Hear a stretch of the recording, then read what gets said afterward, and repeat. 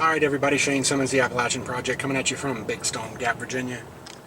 I just left the Dairy Queen a couple of minutes ago, and it was pretty interesting because there's about 6 or 7 guys working and no girls, which is surprising enough, but more surprisingly, they did a great job, so kudos to those guys. We'll try to go by the June Tolliver house here, famously associated with the Trail of the Lonesome Pine drama, the outdoor drama that they do every year. They put on.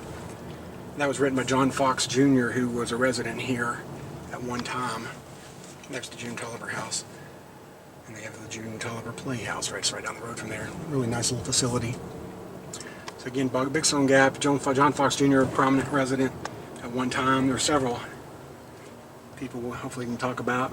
I don't remember for the life of me what this big green building was. I know it's prominent here, and anybody from the area would be able to tell you in 2 seconds. Unfortunately, I'm not from Big Stone Gap, and I knew it my whole life until just now, but it just seems to slip my memory bank for some reason. But hopefully somebody will tell us in the comments.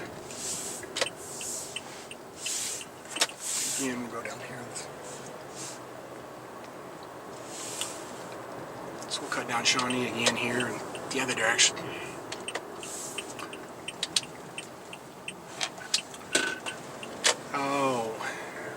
Big Stone Gap, their old high school used to be called Powell Valley, and they produced quite a bit of famous athletes. We've got, of course, Thomas and Julius Jones. There's Harry Meter Coal Museum. I don't want to fail to mention that, celebrating the coal heritage. I've never had a chance. Every time I go there, it's closed, so I've got to figure out a better way to get there. But again, getting back to the athletes, we had Thomas and Julius Jones who played for, and here's the home of John Fox Jr. So I keep interrupting myself. That's where he resided. He had an interesting life. He worked for the New York Times. And very well-traveled guy. But Thomas and Julius Jones, for the third time I'll try to talk about it. Thomas played for, of course, the University of Virginia in college, and then he went on to play for the Cardinals and I think the Jets and maybe somebody else. And Julius went to Notre Dame and played primarily for the Cowboys, I think most people will remember him for. Bullitt Park, home of a lot of great football action, and one of their main rivals is my old school of Richlands. It seems like they play every year in the playoffs and in the regular season. And the last time I was in this football field, Union ended up pulling out the victory. A guy named James Mitchell, who will be, if memory serves me correctly, playing at Virginia Tech next year. He scored a game-winning touchdown. Very close game as always. These games are always a slugfest, but anyway, it looks like a couple of guys are out on the field now playing. Big, strong football community, though. And the high school used to be Powell Valley Vikings. Now they consolidated with a couple other schools. I know Appalachia was one of the schools. And they formed Union High School. And they missed a golden opportunity. I don't know how they did this, but, you know, Union in coal country, it should have been the Union Strikers, the Union Picketers, the Union Jackrocks. Had all kinds of great names to work with, and they go with the Union Bears, which is, I don't know, pretty tame. I guess they should put me in charge of this. We'll go by the museum here in a second as well. Another well-known resident from Big Stone Gap was former Miss America, Leanza Cornett. And then we exchanged a few tweets, and she's very proud of her heritage here, and in fact she came last year and participated in the Trail of the Lonesome Pine drama. I'm very proud of her roots, and even though I think she lives in Florida now, but she still stays very connected to this area. In fact, she was a person that suggested I check out the June Tolliver house. I wasn't familiar with it.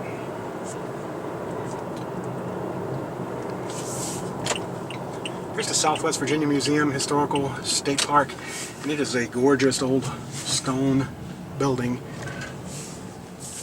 They do an excellent job around Christmas They have all these Christmas trees in there, and I got a chance for the first time this past year to go, and it is absolutely gorgeous.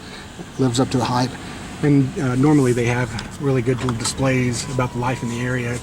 They have some coal mining displays, of course, railroad, and then they have just what life in this area was like.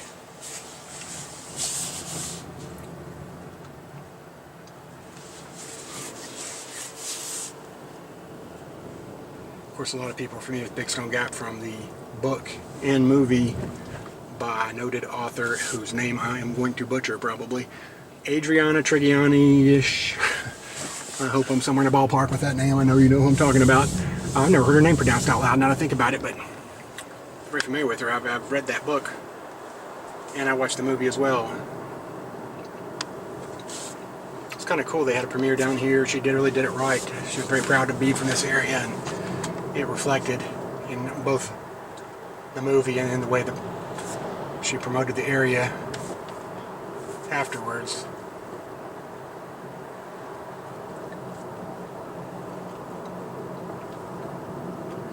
Hang a right here, and they have the Big Stone Gap Visitor Center, and they used the old Carmine's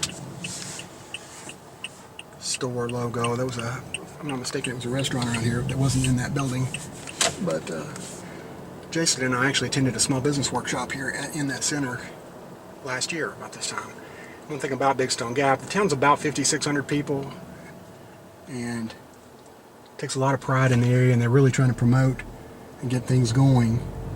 And they've done a really good job of trying to work on that, because half of the battle was having a plan and trying to focus on developing small business downtown, that type of thing. This is more of a residential part.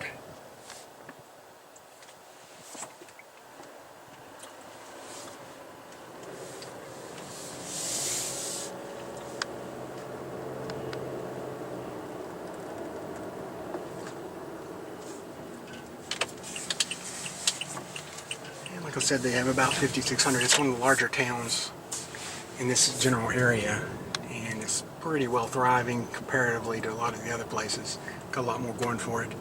You don't see as many empty, vacant buildings. There's still a few, just like everywhere around here, but there's a lot of pride. And here's a neat little bookstore and cafe, apparently. And here's another look at the green building whose name escapes me, and I'm going to be incredibly embarrassed when I go and find out what it was.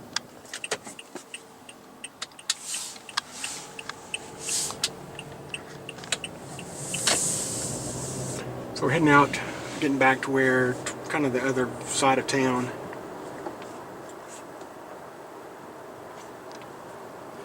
We'll wrap it up shortly. There's the Powell Valley Bank, one of the more prominent local community banks. And to the right here, there's this little store. I absolutely love it because it's Four Seasons Farm and Produce, and not too many places out here that you can go and buy a bale of hay. So it's pretty cool. One of the first things you see when you come into town. Just adds a little atmosphere. You don't see that type of store very often anymore.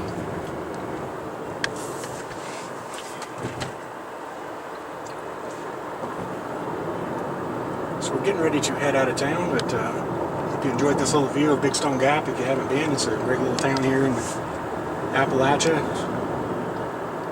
It's about an hour or so, maybe a little bit more than an hour, I guess, from Kingsport, Tennessee. Some nearby towns of Norton, Wise, Virginia.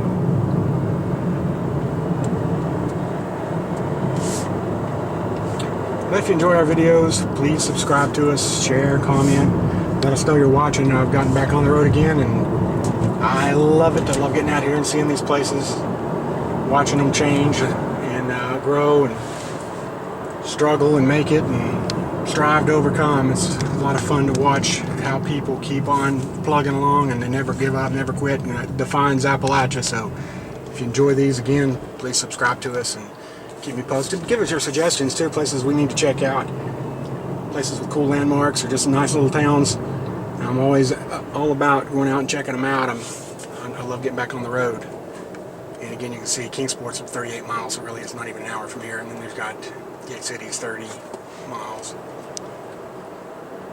coming back out it that way. So I'll wrap this up, and I will check you out on the next video.